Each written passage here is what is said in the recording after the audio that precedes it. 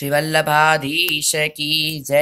આજે આપણે જોઈશું ખેલિત અથવા તો ચિત્રિત પીછવાઈ.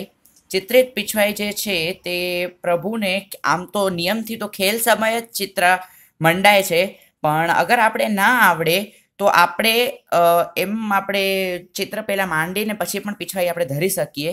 તો એ માટે તમને હું ચિત્રિત પીછવાઈ બતાવું. સૌપ્રથમ ચિત્રિત પીછવાઈ ઉપર આ રીતે સફેદ સાદી પીછવાઈ લેવાની છે તમારે, અને આ જે રૂ છે ને એ રૂને પાણીમાં પલાળીને આ પીછવાઈ ઉપર લગાવવાનું છે. મેં અત્યારે લગાવી રાખ્યું છે.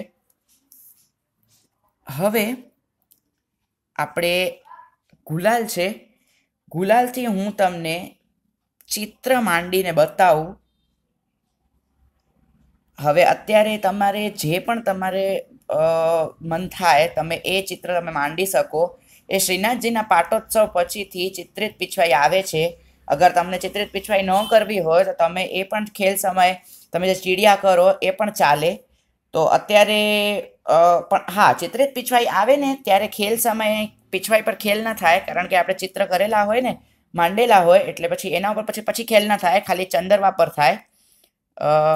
અત્યારે શેરો સમજો કે આજે પ્રભુએ ધર્યો છે, તો પાછળ તમે પીછવાઈ પર લૌકિકમાં લગ્નનો મંડપ તમે બનાવી શકો.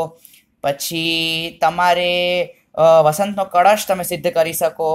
પછી પ્રભુની જે લીલા કરેલી હોય, ગોવર્ધન લીલા છે કે અન્ય જે પણ લીલાઓ છે તે તમે એ પણ તમે માંડી શકો. તો તમને જે પણ તમારે કરવું હોય એ રીતે તમે માંડી શકો. એમાં કોઈ પણ જાતનું બાધકતા નથી કે તમારે આ જ માંડવું કે તે જ માંડવું.